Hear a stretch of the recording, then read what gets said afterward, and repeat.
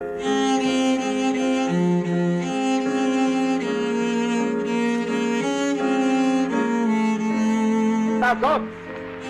על הקמת מדינה יהודית בארץ ישראל.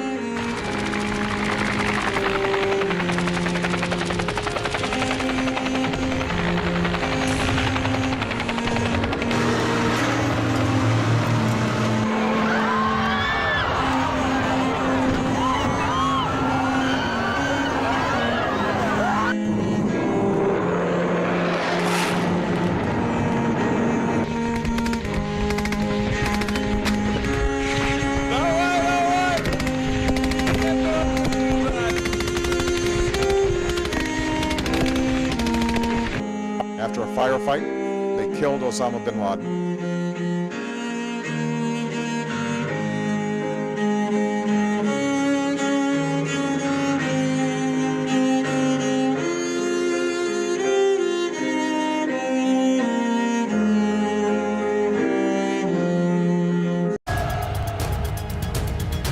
أبي جارت وماهيك قوتنامة بس هر جار شاشقائي كل سرسرمة ورنشيكي بآسني وفلو كلي لا درمة واتشدبه ورن اكدنقو بريار بين بو اكودو پشتو بار بين خدان دولتو كمار بين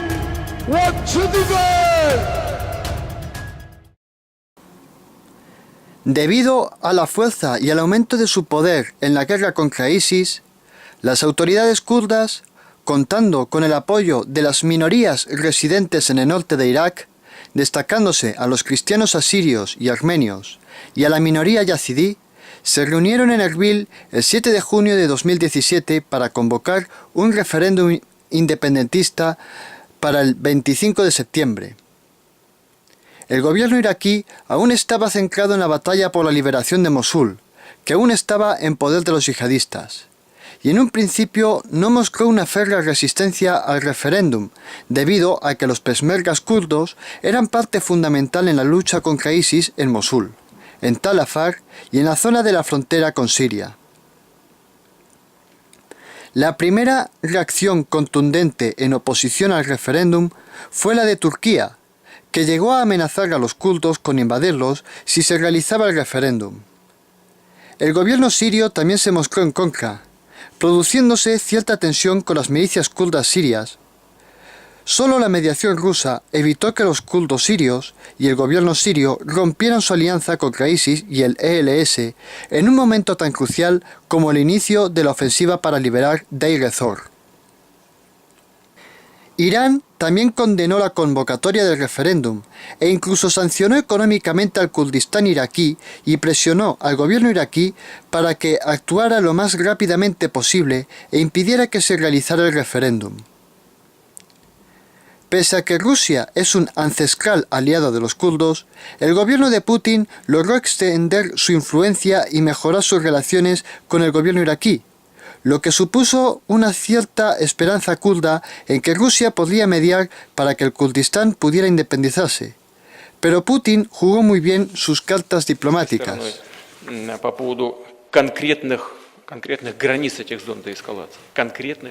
Y se mantuvo neutral hasta después de haberse celebrado el referéndum, que se posicionó en favor de la unidad territorial y, a la vez, invitó a que se tuviera en cuenta la posibilidad de que el país adoptase el modelo federal y así los kurdos podrían gozar de autonomía propia dentro del país.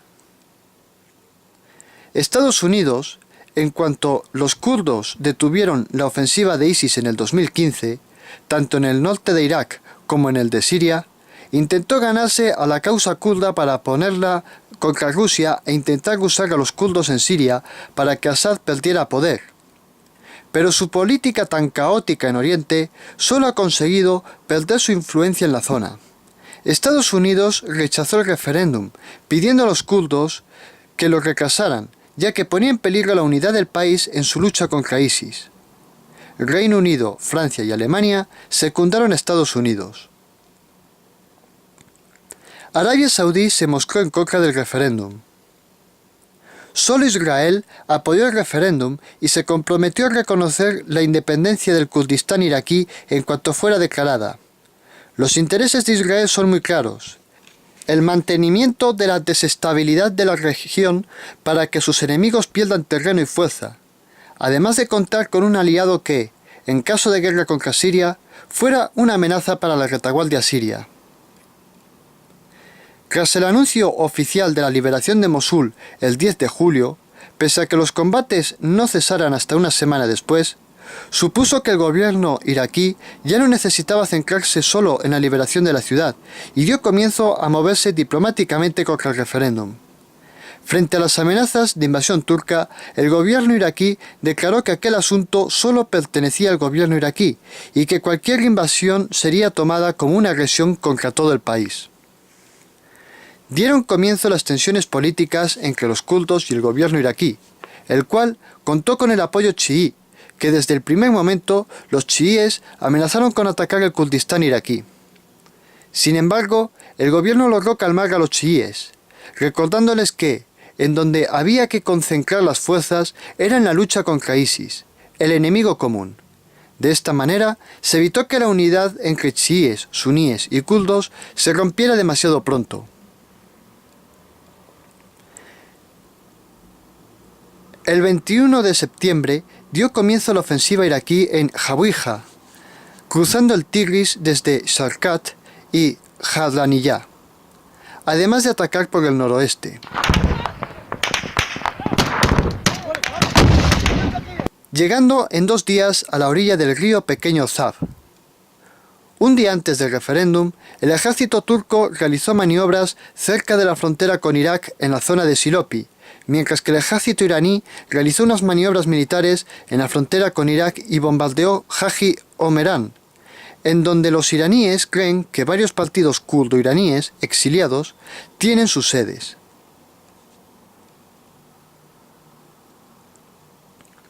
En el día del referéndum, la actividad militar se detuvo completamente, a la espera de ver si se realizaba o no.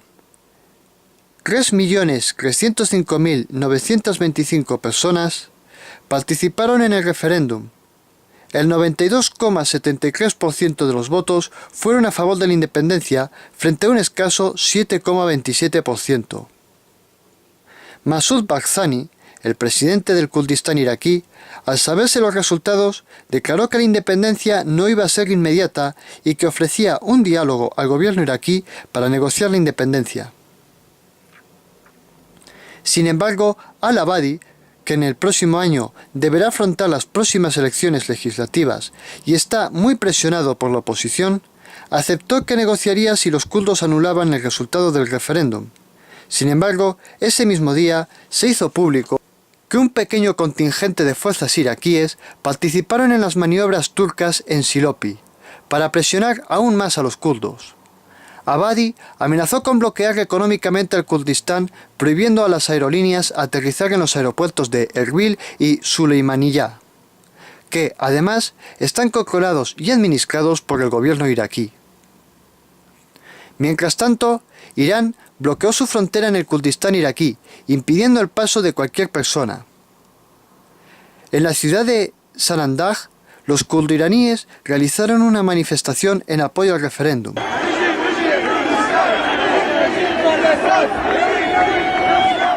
Solo se produjo un intercambio de disparos entre la milicia chií Movimiento Popular y los peshmergas en la zona de Casa Darli.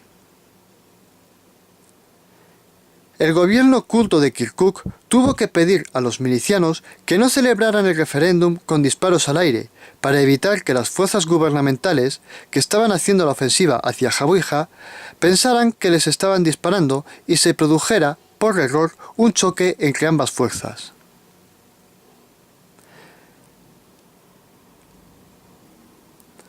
Para presionar aún más a los kurdos, Irán, Turquía y el pequeño destacamento iraquí realizaron maniobras militares nocturnas.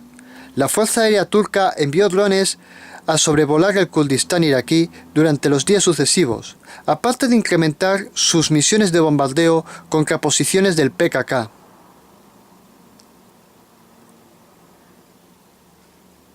Abadi presionó a los kurdos de que cancelaran el resultado del referéndum para poder iniciar las negociaciones, pero Barzani se negó a cancelarlo.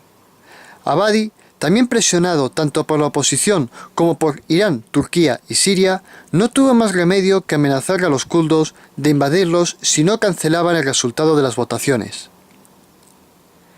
Mientras tanto, Irak, Irán y Turquía dieron comienzo al bloqueo aéreo del Kurdistán iraquí, impidiendo que cualquier avión se dirigiera hacia esa zona. Los kurdos empezaron a reforzar sus líneas en el frente de Kirkuk conforme pasaba el tiempo. La tensión aumentó cada vez más, produciéndose choques esporádicos entre kurdos y las fuerzas gubernamentales. En el día 28 de septiembre, la Policía Federal inició la última fase de la ofensiva gubernamental en Jawija, cruzando el río Pequeño Zab y conquistando Namalah. Al día siguiente se desencadenó un ataque general hacia Jawija, que solo la férrea resistencia de los yihadistas pudo retrasar la victoria iraquí durante una semana.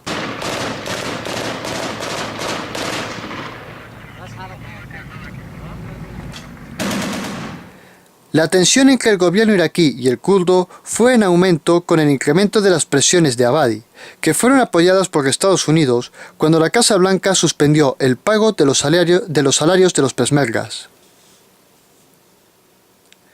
Mientras el ejército iraquí y la milicia Movimiento Popular erradicaban las células de ISIS en las cercanías de Jawija, operarios del gobierno pusieron en funcionamiento el importante oleoducto de Kirkuk-Ceyhan, que transporta una cantidad de 400.000 barriles de petróleo al día y que es una de las principales razones por las que los kurdos están en disputa con el gobierno.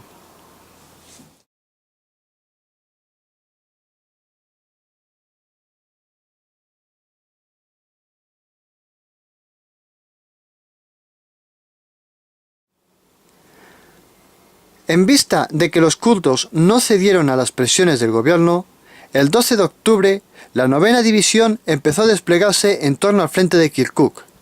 El movimiento de las fuerzas gubernamentales fue detectado por los kurdos, que inmediatamente enviaron refuerzos a la zona. El ejército dio comienzo a la invasión del Kurdistán iraquí al día siguiente, mientras que el movimiento popular, con apoyo artillero, dieron comienzo al ataque de Tuz Kurmato.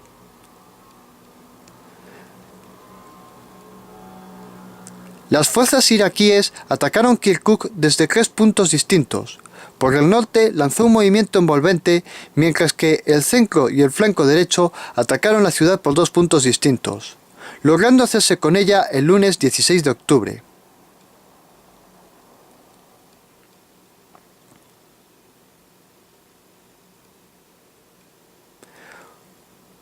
Una vez que Kirkuk cayó bajo el poder gubernamental, se hizo un ataque general desde distintos puntos contra el territorio kurdo, abriendo un pasillo que unía el territorio gubernamental con Irán y otro pasillo que unía al gobierno con Siria. Mientras se sucedieron los combates, Turquía continuó haciendo bombardeos contra los campamentos del PKK al norte del país. Una vez conquistada la ciudad de Kirkuk, se detuvo la invasión, y los soldados fueron recibidos de forma hostil por la población civil, produciéndose varios disturbios en los que policías y militares fueron heridos.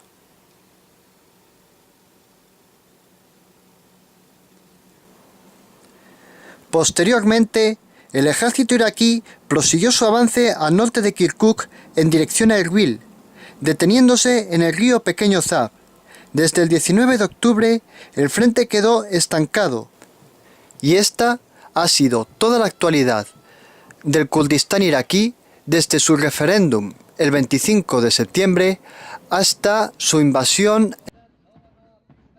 Que tengan una buena semana.